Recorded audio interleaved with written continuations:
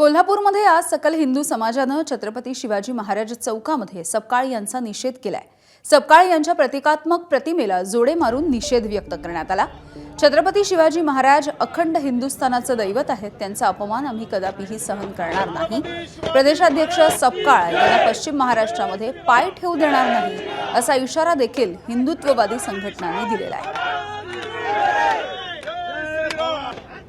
100% त्यांच्यावरती कारवाई होणं आवश्यक आहे आणि जे काय हिंदुत्ववादी संघटना इथं एकत्रित आलेल्या आहेत आणि त्यांनी महाराष्ट्र सरकारची किंवा छत्रपती शिवाजी महाराजांची माफी मागावी आणि तरच आम्ही याला शांततेचं प्रतीक घेऊ, नाहीतर ह्याच्या पुढे देखील आम्ही उग्र आंदोलन करणार आणि फार ताकदीनं सगळे हिंदुत्ववादी समाज हा रस्त्यावरती उतरणार मोठ्या ताकदीनं।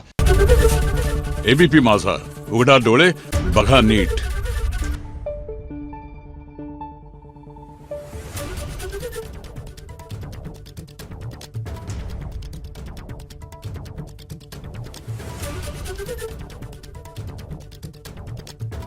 Thank you.